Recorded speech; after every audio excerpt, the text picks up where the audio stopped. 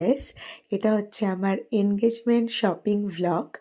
আর আমি চলে গেছিলাম ওমিওরে। আমার অনেক দিনের প্ল্যান ছিল যে আমি আমার এনগেজমেন্টের যে রাতের ড্রেসটা পরবো সেটা আমি অমিওর দিয়ে নেব। আর সেরকমই আমি চলে গেছিলাম ওমিওরে। আর ওখানকার কালেকশন নিয়ে আর আমার নতুন করে কিছু বলার নেই। প্রত্যেকটা ড্রেসই এতটা আই ক্যাচিং, বাট আমার আই ক্যাচ করেছে একটাই ড্রেসের ওপর। একদম ফার্স্ট থেকে লাস্ট অবধি আমি আর চোখ সরাতে পারিনি। বিশ্বাস করো, আমার আর অন্য কোনো ড্রেসের দিকে চোখ যাচ্ছিল না। অন্য কোনো ড্রেস দেখলে আর পছন্দও হচ্ছিল না। মানে আমার মনে হচ্ছিল এই ড্রেসটা আমার জন্যই ওখানে রাখা ছিল।